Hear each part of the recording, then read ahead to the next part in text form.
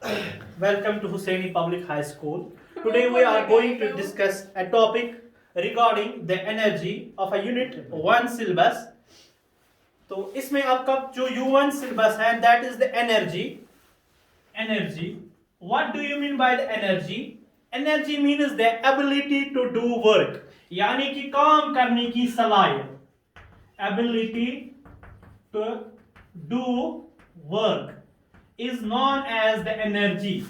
जिसके पास जितनी एनर्जी होगी वो उतना काम कर सकता है. जब भी हम कोई काम करते हैं, जब भी हम कोई वर्क करते हैं, तो हमारी एनर्जी जो होती है वो खत्म हो जाती है, वो एग्जॉस्ट हो जाती है. तो when there is a utilization of energy, then we can do that work. अब ये जो हमारे पास वर्क होती है, इसको हम या हमारे पास जो एनर्जी होती है, इसको मेजर करने के लिए हमारे पास यूनिट्स होते हैं. तो इसका जो स्टैंडर्ड यूनिट है मेजर करने के लिए, उसको हम कहते हैं SI unit, standard international unit. The SI unit of the energy is joule. That is denoted by letter J. जो हमारे पास एसआई यूनिट है, स्टैंडर्ड इंटरनेशनल यूनिट है एनर्जी का, उसको हम कहते हैं जूल, और वो डिनोट हम करते हैं लेटर जे से.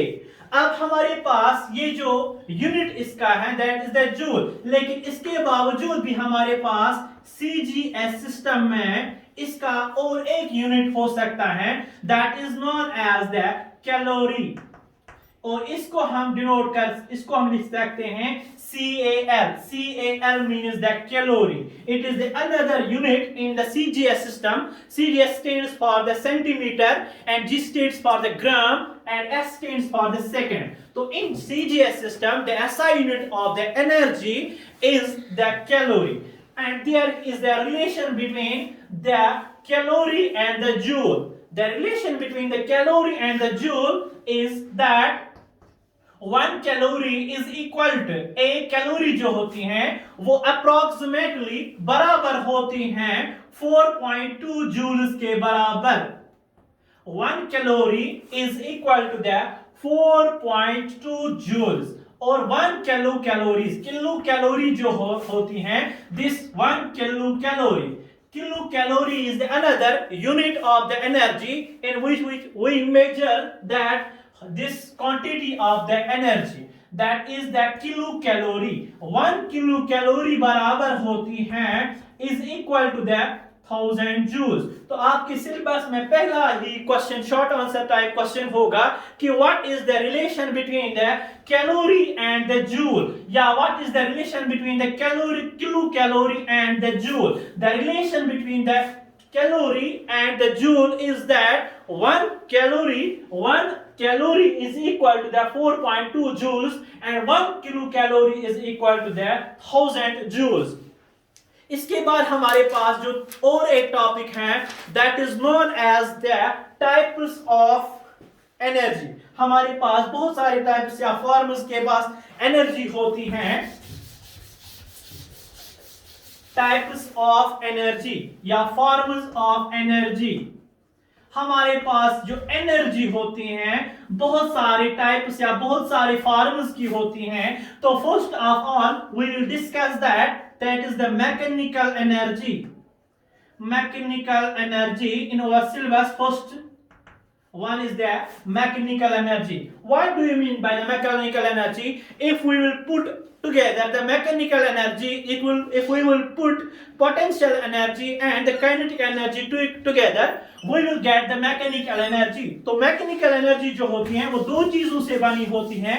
One is known as the potential energy and another is known as the kinetic energy. So when we put them together, kinetic energy as well as the potential energy, here PE stands for the potential energy and K stands for the kinetic energy. If we put them together, this will give us the mechanical energy. Both of combining these potential energy and kinetic energy, we will get the mechanical energy. तो इस समय अगर हमें देखना होगा कि what is the definition of the potential energy, here we will get it as that potential energy is the energy possessed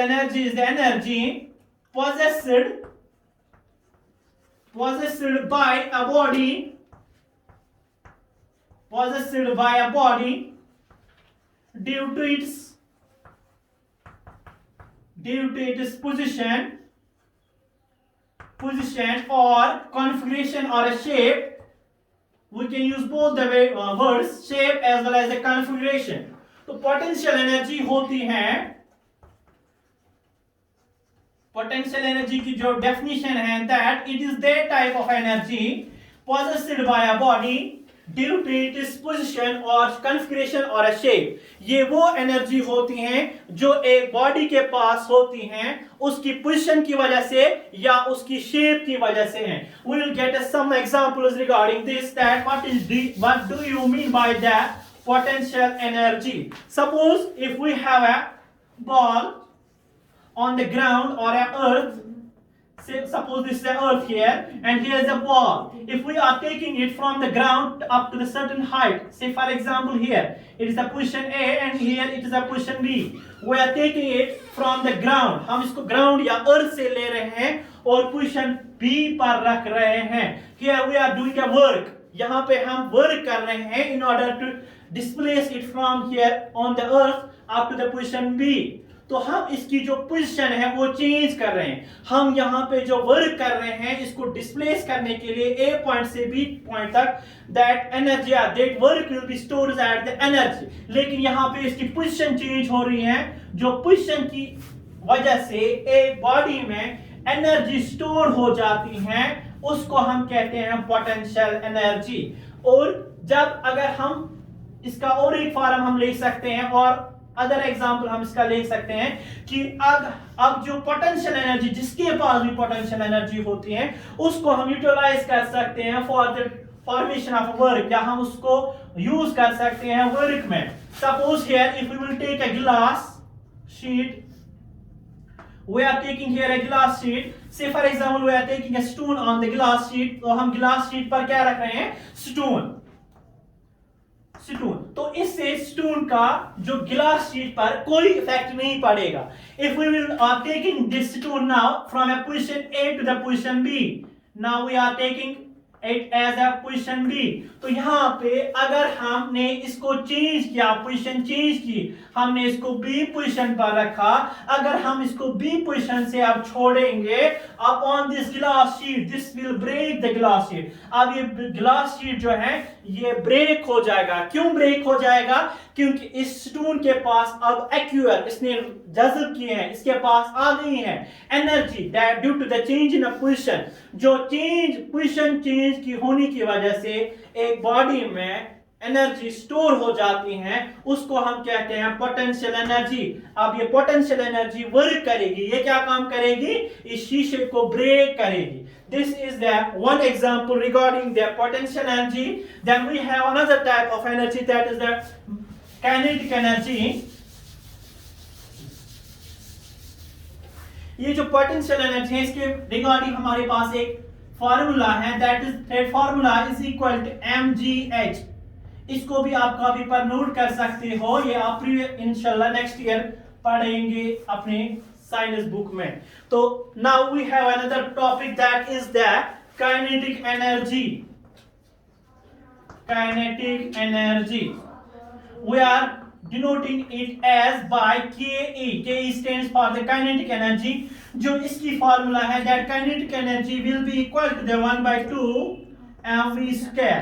Here m will be the mass of the body and v will be the velocity.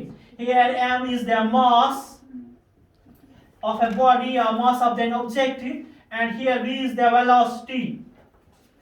This is the formula of the kinetic energy, that kinetic energy is equal to the 1/2 mv square.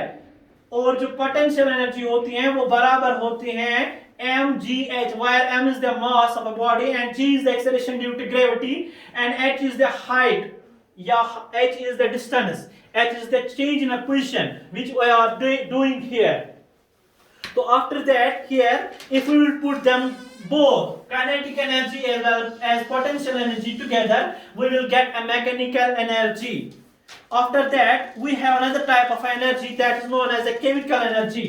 Chemical energy क्या होती है? Chemical energy वो energy होती है जो हमारे पास किसी matter में एनर्जी मौजूद हो जाती है। तो हम कह सकते हैं ये केमिकल एनर्जी वो एनर्जी होती है जो किसी भी चीज में या किसी भी मैटर में अवेलेबल होती है।